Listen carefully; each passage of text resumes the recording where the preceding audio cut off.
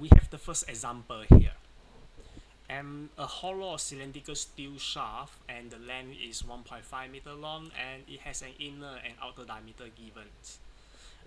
Outer diameter is 60, inner diameter is 40.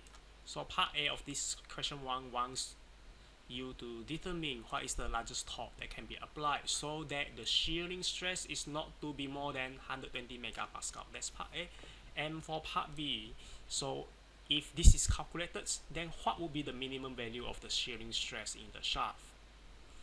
Okay, it is very straightforward. What you need to do is to apply the shear stress equations, and it looks like this before it is written here. It looks like this. You have shear stress equal to T times C divided by J. A rearrangement of this shear stress formula is going to give you this. And then J is the polar second moment of area. It can be calculated using this formula for a hollow circular cross sections. C sub 2 is the outer radius, which is 0.03 millimeter, and C sub 1 is the inner radius, which is 20 millimeter.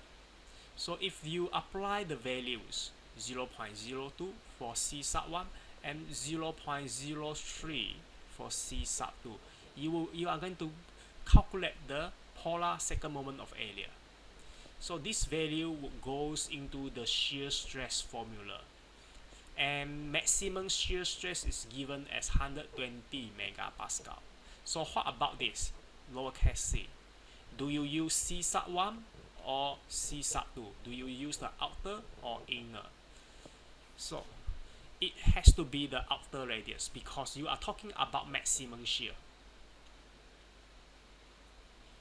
Sorry. It has to be the outer radius because when a shaft is subjected to torsion, the outer radius part of the shaft is subjected to the maximum stress. So it has to match this requirement. So it is the 30 millimeter radius to be used in the equation. So the calculated torque, the maximum torque which can be applied is 4.08 kilonewton meter. Then let's move on to part B. For part B, you are asked to find the minimum value of the shearing stress in that shaft after you apply that torque value. And you can use this formula to determine the minimum stress provided that you already have the maximum stress. Alternatively, you can reapply this equation.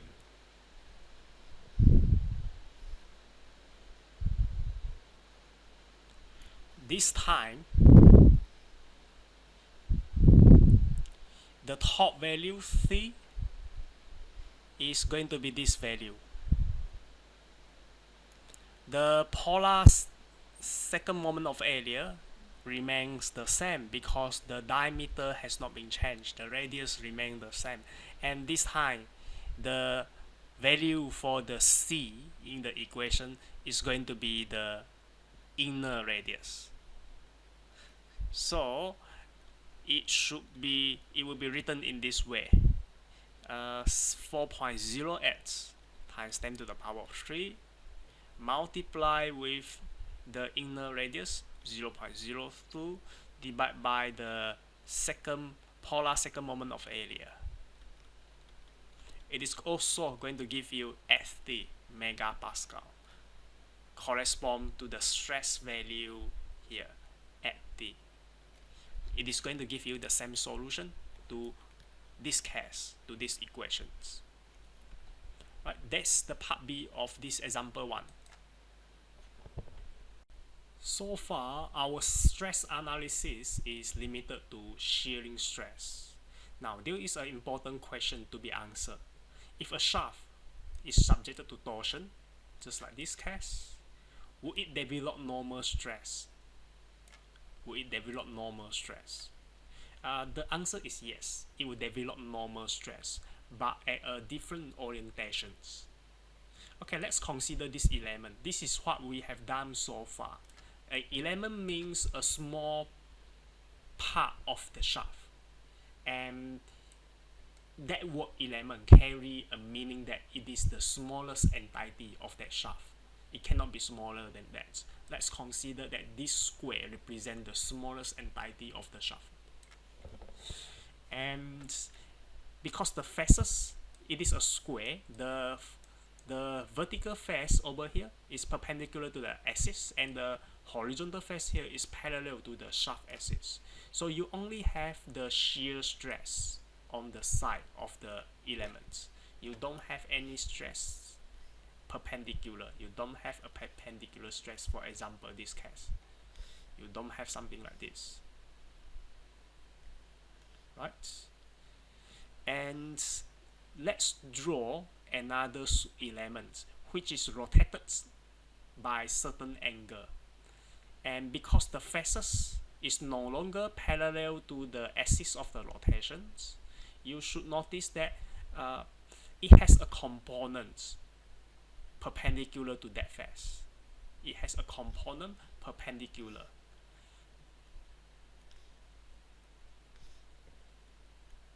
Now, this one is a normal stress. So in answer to the question, if you put a torque, apply a torque to a shaft, it develops shear stress, tau, it also develops normal stress. And that is why when you apply torsion to a ductile material is more sensitive to shear stress, so the failure modes is shear failure. And if you look at the failure surface developed, the surface developed by failure, it is parallel to the vertical face.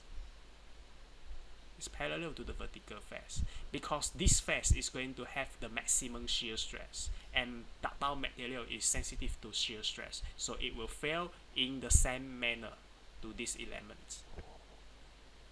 And for a brittle material is sensitive to tensile or compressive stress. If a brittle material is to be failed, it's most likely that it is because of normal stress, not because of shear stress. And you should notice it from experiments that it forms a certain angle. The failure surface forms certain angle, and that corresponds to the angle of the side of that element where you have normal stress. It won't fail in this manner for a brittle material because when it is in these positions, if we look at the stress status at this orientation, there is no normal stress. If we look at the stress situation at this orientation, there is a normal stress. That is why you will see it form an angle of the failure surface will form an angle. Next, question number 2. That is the second example. Shaft BC, this portion is hollow. It has inner diameter and outer diameters.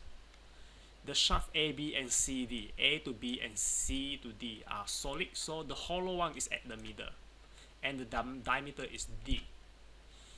It is subjected to loading given in the diagrams, and part A is want you to determine the maximum and the minimum shearing stress of the hollow shaft at the middle.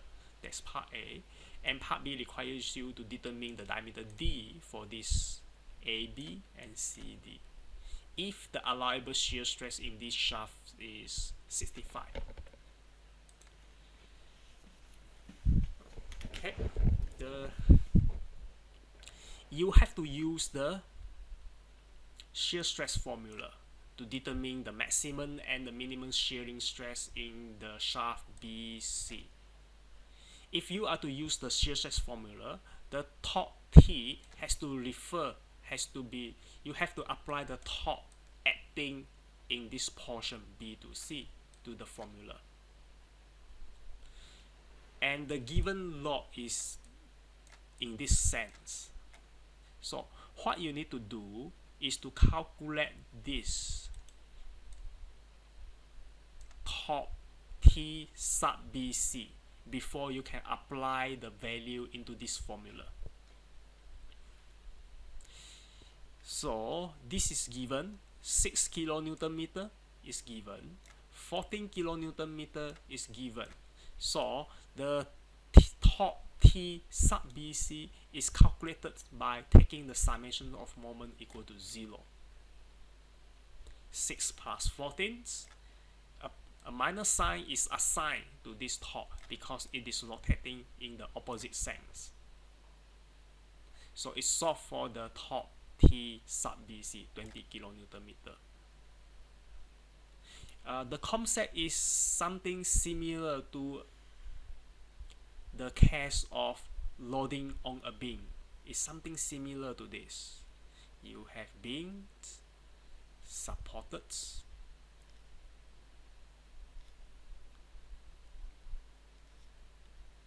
and you do methods of sections. You end up with a free body. You have force here, a force here, and a shear force V, and you do summation of force equal to 0 to calculate what is V. Likewise, you can apply the same technique, methods of section, and assume that you can cut the shaft. Apply this. Then instead of putting in the shear force B, you put it in with the reactions, with the internal torque acting along B to C. And this is how you should get the internal torque T sub BC. It will be applied into the shear stress formula afterwards. Next, there is a polar second moment of area J, and if it is a hollow cross section, then it is calculated by using this formula. This is the outer radius, C sub 2 power 4. This is the inner radius, C sub 1 power 4. And these values goes into the shear stress formula over here. And what about this C? What radius should you use? Inner radius or outer radius? It depends on what you want to calculate. If you are to calculate the maximum stress happens at the outer radius. So it is going to be the C sub 2 applied to this formula, and the maximum stress is at this 6. You can easily tell whether you get it wrong or not. If you apply C sub 1 into this formula, C sub 1 is having a smaller value, which is 45 mm compared to 60 mm over here. So, a torque multiplied with a smaller radius is going to give you a smaller value of stress. If it is a smaller value of stress, then we should not call it a maximum stress. If we call it a maximum stress, it has to be the largest value of stress. So it has to be 60 millimeter. That is part A. And then, if you want to calculate the minimum stress, take the ratio of the radius and multiply it with the radius. That gives you 64. In fact, if you apply C sub 1 into the formula, you are going to get the minimum stress, tau sub 1, at the inner radius. Either way will give you the same solution. That is part A.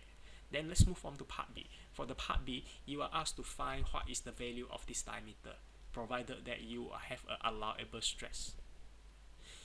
You are going to use the same formula, same shear stress formula, but you will need the value of torque T over here. What is the value of torque T?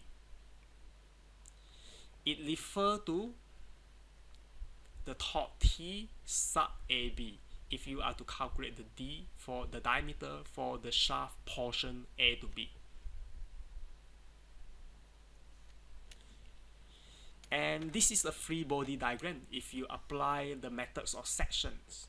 If you cut the shaft over here, this is the free body diagrams. And this is the internal torque T sub AB.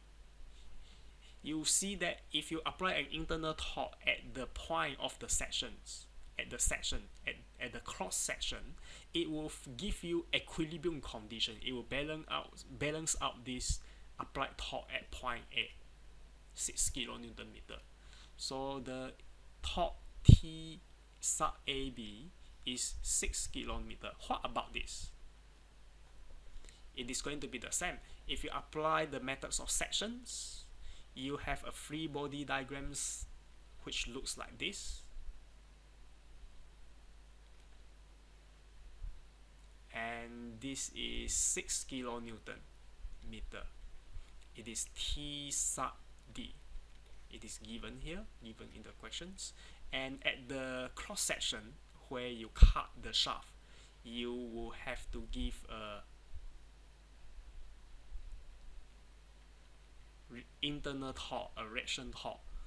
We make this T sub CD, and if you do the summation of moment equal to 0 for this free body diagram, it also gives you T sub CD equal to 6 kilonewton meter.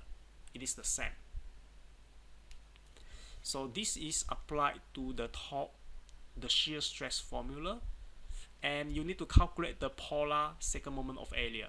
If it is a solid shaft, it can be you can use this formula.